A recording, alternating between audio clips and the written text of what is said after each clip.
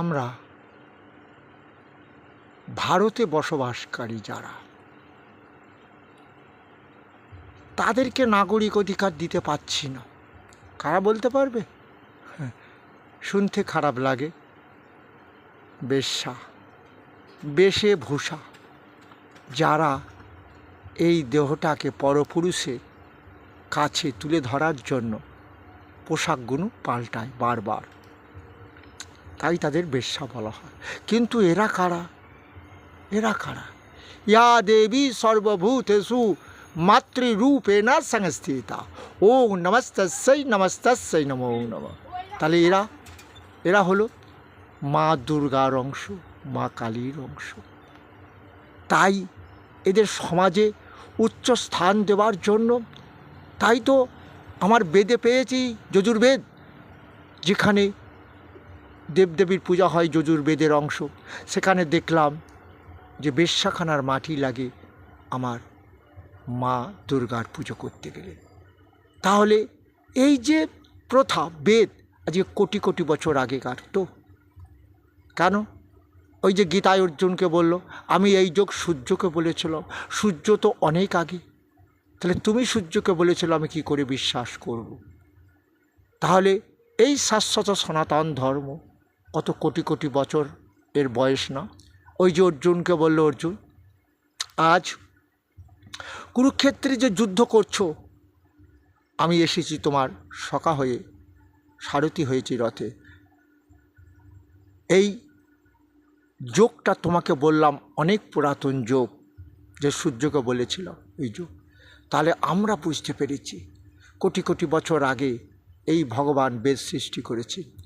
এবং এই গীতাও তাই তিনি বললেন, এই দাপর যুগ যখন এসেছে অর্জুন, তুমি আর আমি এসে পাপীদের বিনাশ করে ধর্মরাজ্য প্রতিষ্ঠা করেছি। তাহলে এই যে কথাগুলো আমরা আজকে সেই দেখেই আসছি, যে সেই মায়েরা ভোট দিতে পারে না, তাদের বাবার নাম নেই, তাদের পরিচয়হীন। কিন্তু আমরা এখন এটা দেখছি, আগে বাবা মরে গেলে ছেলে পিণ্ড দেওয়ার অধিকারী ছিল, কিন্তু এখন তো মেয়েরাও যেখানে পিণ্ড দেওয়ার অধিকারী হয়েছে। তাহলে তাদের কেন আমাদের সমাজে তুলে নিচ্ছি না? পুরুষের পরিচয়ে তাদের পরিচয় নয়, তারা যোগমায়ার অংশ, মহামায়ার অংশ, নারী জাতি মায়ের জাতি। বেশ্যাখানার মাটি লাগে মা দুর্গার পুজো করতে গেলে যেখানে। তাহলে তাদের কেন তাদের নিজের পরিচয়ে তাদের আমরা তুলতে পারছি না সমাজে? তারাও তো লক্ষ লক্ষ, কয়েক লক্ষ আছে নাকি, না কোটি আছে, আমি তাও জানি না, কোটিও হতে পারে। কারণ চারিদিকে এরা কারা জানো? একজন পুরুষ যখন মদ্যপ হয়ে তার কীভাবে বলো দেখি, শুনতে পেয়েছ? ব্যাখ্যা করব।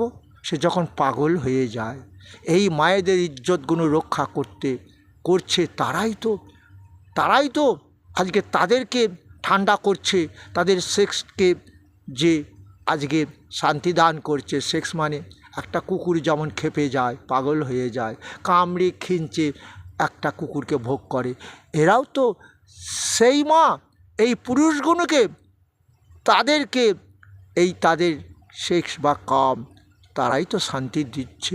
হাই রে, হাই ভারতবর্ষ, হাই ভারতবর্ষ। এরা কি যেমন ফরেন কান্ট্রিতে এই বেশ্যা থাকে না, সেখানে ফ্রি সেক্স আছে, তাই তো। কিন্তু আমার ভারতবর্ষ সতী সাবিত্রীর দেশ, তাই এটা আমরা কি করি? তাদেরকে দূরে সরিয়ে রেখে দিয়েছি। সতী নারী কাদের বলা হবে? যারা বেশভূষা পরে স্বামীকে মনোরঞ্জন করেন, যেমন, তাই তো। কিন্তু এরা পুরুষকে মনোরঞ্জন করে, তাদের কত নারীর যে সম্মান রক্ষা করছে এরাই তো। আজকে এদেরকে কেন